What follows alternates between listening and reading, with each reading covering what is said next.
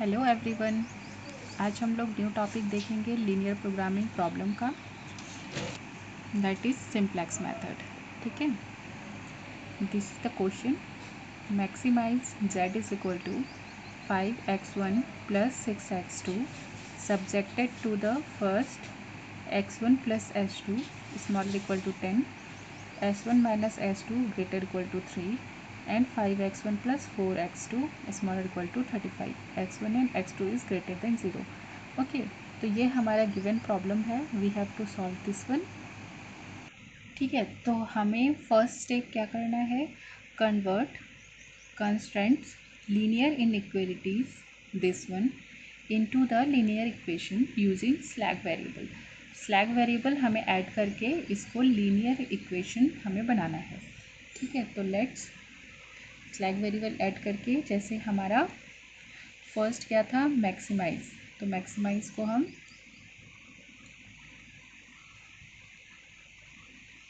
Maximise क्या था, z equal to how many slacks variables added, s1 s2 and s3, we have 3 subjected to equation. Okay, तो हम इसमें add कर रहे हैं 3 स्लैक्स वेरिएबल, तो 5x1 plus 6x2 plus 0s1 plus 0s2 plus 0s3। मैंने 0 क्यों दिया, यहाँ पे हमारा वेरिएबल जो हमारा कॉफिशिएंट ऑफ वेरिएबल है, जैसे x1 इज ए कॉफिशिएंट का वेरिएबल, ये कॉफिशिएंट है, दिस इज ए वेरिएबल है ना। तो 5 हमारा यहाँ पे 6 ऑलरेडी गिवन है, तो हम अपने मन से कुछ गिवन नहीं कर सकते, तो we have given a 0। Okay, and subject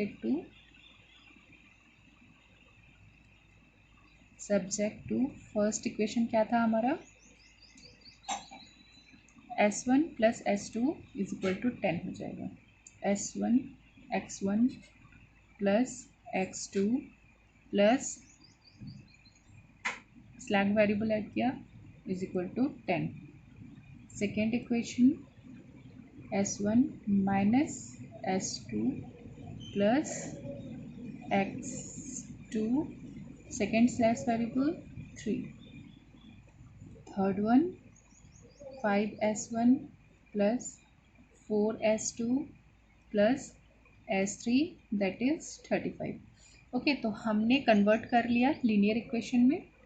ठीक है, हमारा नेक्स्ट स्टेप हमें फाइंड करना है, find the coefficient of variable. क्या है coefficient of variable, s1 s2 s1 x2 s3 है ना। तो ये हमारे सारे क्या है कॉफिशिएंट वेरिएबल, इसका कॉफिशिएंट क्या हो जाएगा 5 6 0 0 0।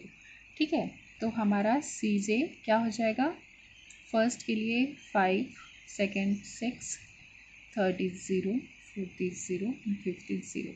इसको अब हम यूज़ करेंगे अपने टेबुलर फॉर्म में। ठीक है, तो हम टेबुलर फॉर्म कैसे बनाते हैं, अब हमें टेबुलर फॉर्म में कैसे इंसर्ट करना है, तो मैंने एक पेज में क्वेश्चन लिख लिया है, इसको देख देख के अब हम टेबुलर फॉर्म में इंसर्ट करते हैं। ठीक, तो सबसे पहले हमें यहाँ पे लिखना है कॉफिशिएंट ऑफ वेरिएबल। तो क्या क्या कॉफिशिएंट थे, 5 6 0 0 0, तो x1 5 6 0 0 0। ओके, नेक्स्ट इज हमारा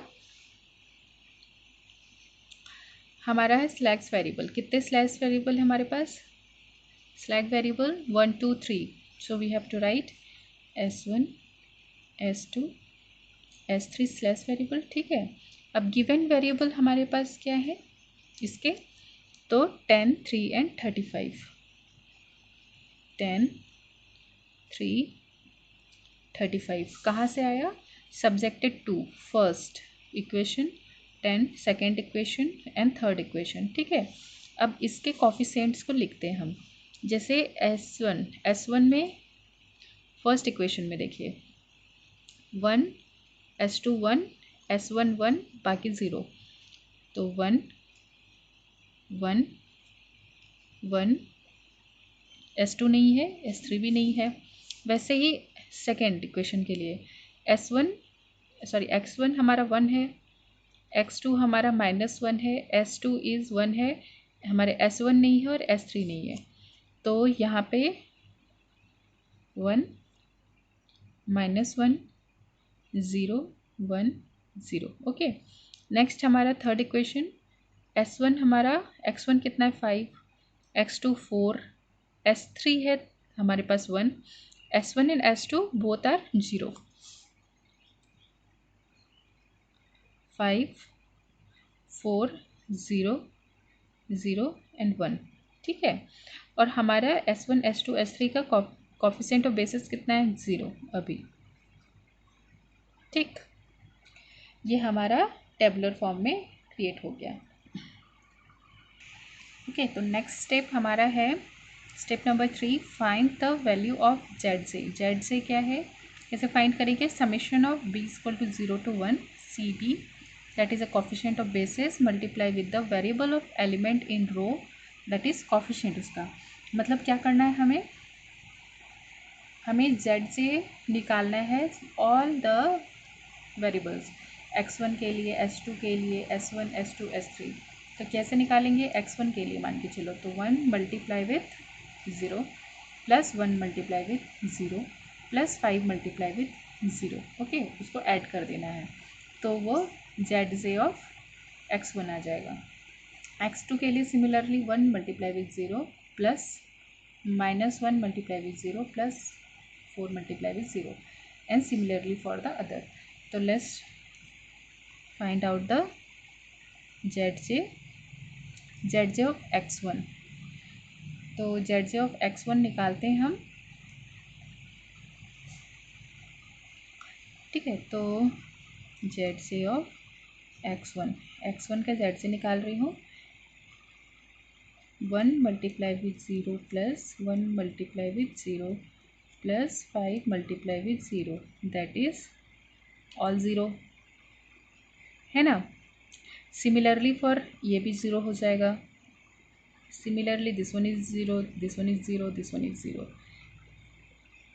सभी 0 होंगे, इसलिए मैं अभी निकाल के और नहीं दिखा रही हूँ क्योंकि all the bases are 0। Okay, next step is we have to find the Cj minus Zj। Step 4। Okay, तो next is Cj minus Zj हमें फाइंड करना है। तो Cj is 5 minus 0 that is 5, next 6 minus 0 that is 6, 0 minus 0 that is 0, 0 minus 0 that is 0, 0 minus 0 that is 0। ठीक है, तो हमारा Zj भी फाइंड हो गया, Cj भी फाइंड हो गया।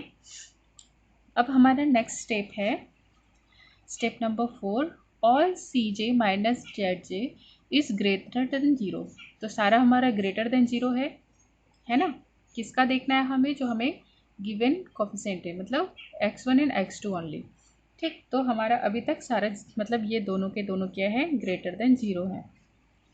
उस केस में क्या करना है, then next step is select the maximum value of Cj minus Zj।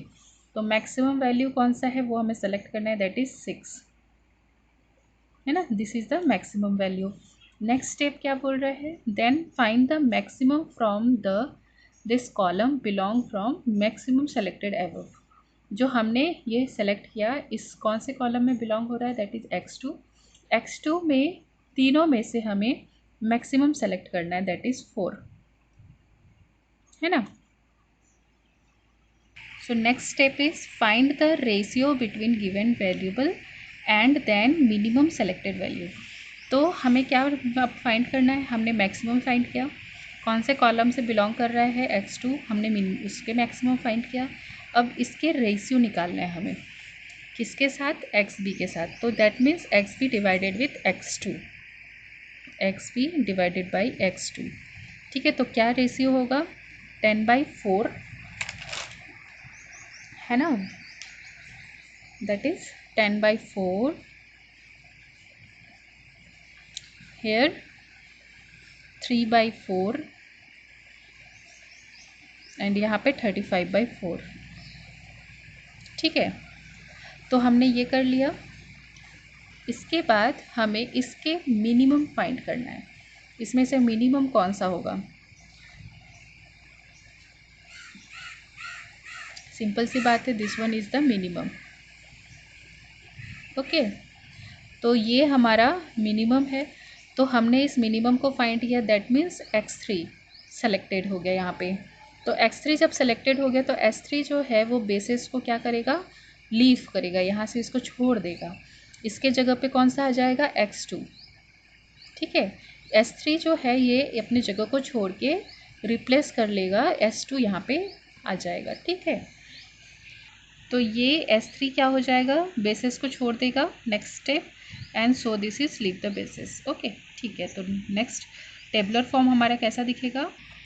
ठीक है, तो मैंने एक पेज में इसको बना लिया पहले वाला को। ठीक, तो इसमें से अब हमारा S3 जो है बेसिस को छोड़ रहा था, इसकी जगह पे S2 आएगा। ठीक, तो let's see with this, S2 यहाँ पे आया।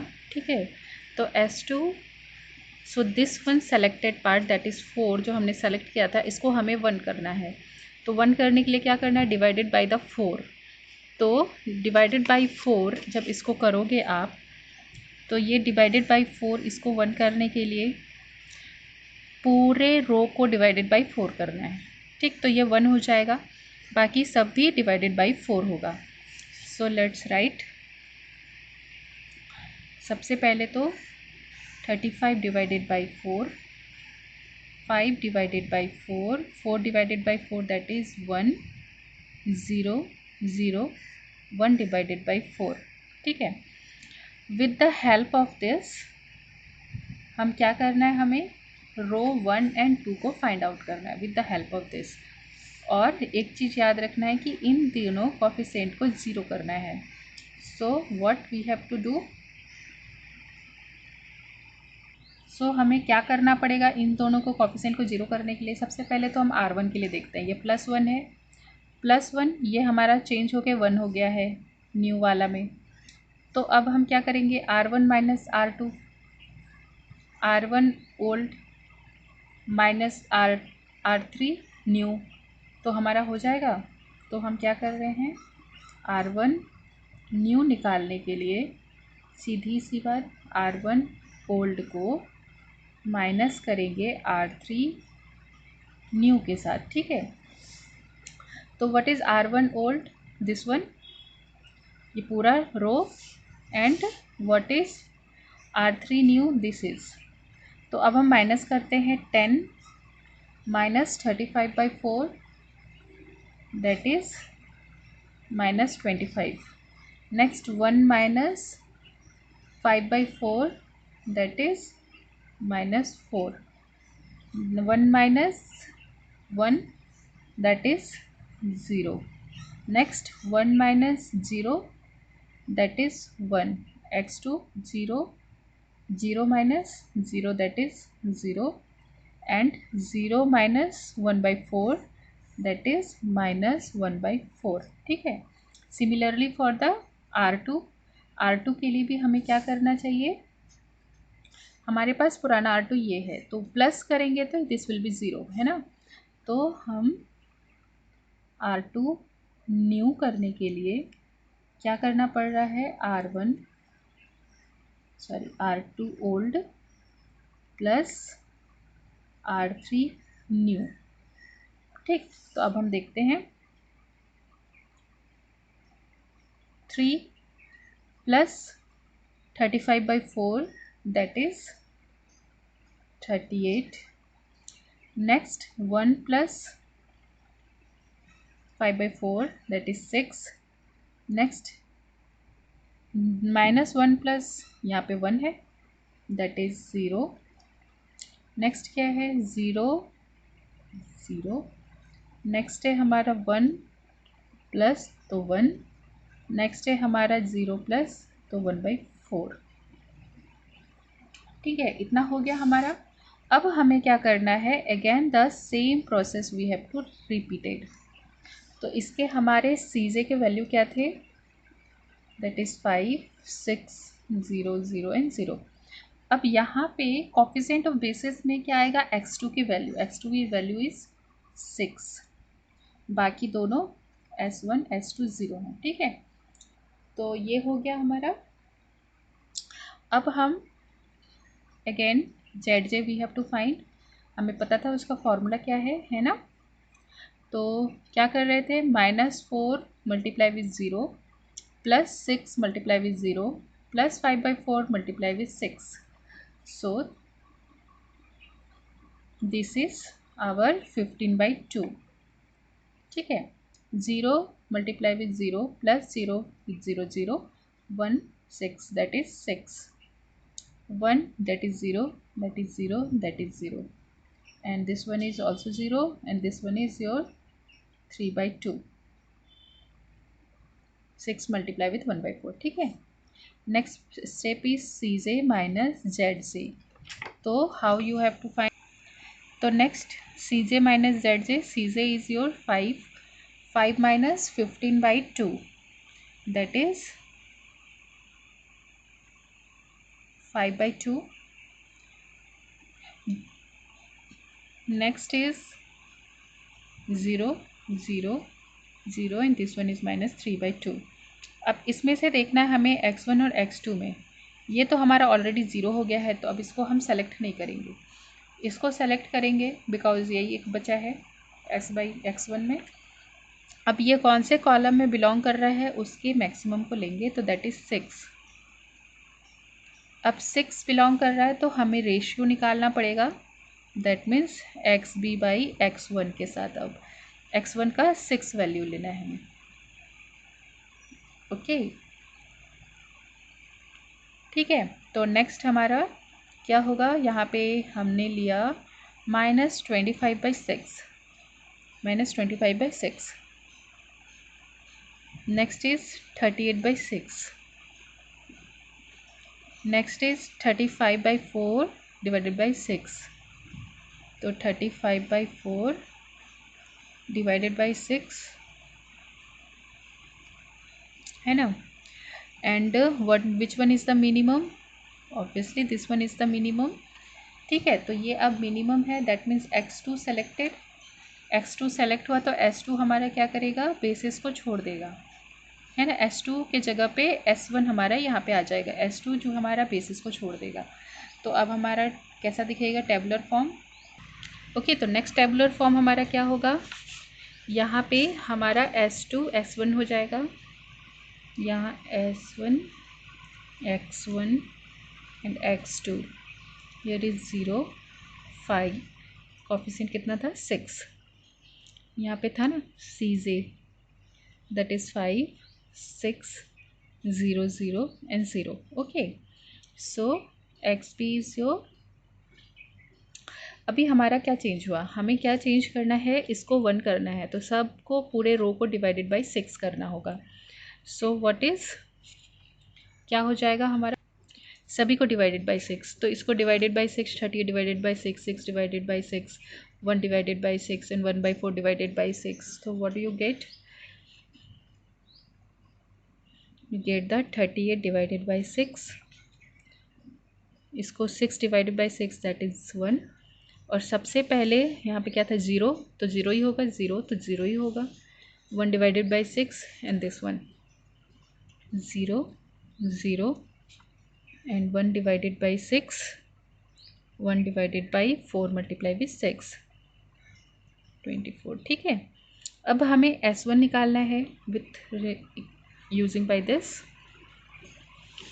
तो इसको 0 करना है, क्या करेंगे हम, मल्टीप्लाई विथ 4, दिस वन, ये 1 है, multiply with 4 and addition with this, तो this one will be the 0।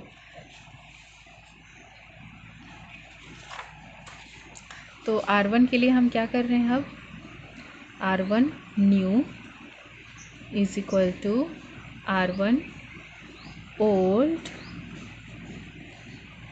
Plus 4 R2 new, ठीक है।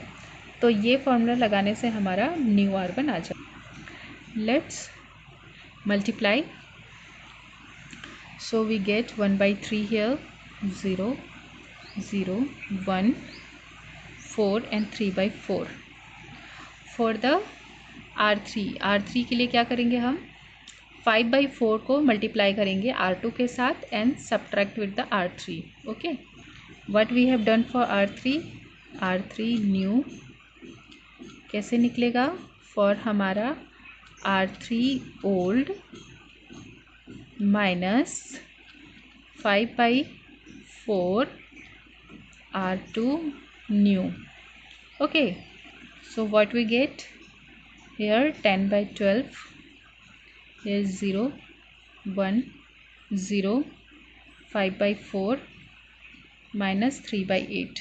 ठीक है, तो next step is our, हम again we have to find the ZZ we have to find 0 multiply with 0, that is 0 5, so 5 here 6 multiply 0.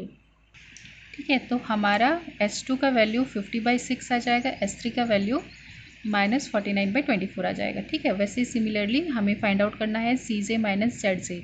तो CJ minus ZJ that is 5 minus 0, sorry 5 minus 5 that is 0, 6 minus 6 that is 0, 0 minus 0 that is 0, 0 minus 50/6 that is -50/6 and 0 minus minus plus 49/24. Okay, तो this will be your 0. यहाँ पे x1 x2 हमारा 0 हो गया.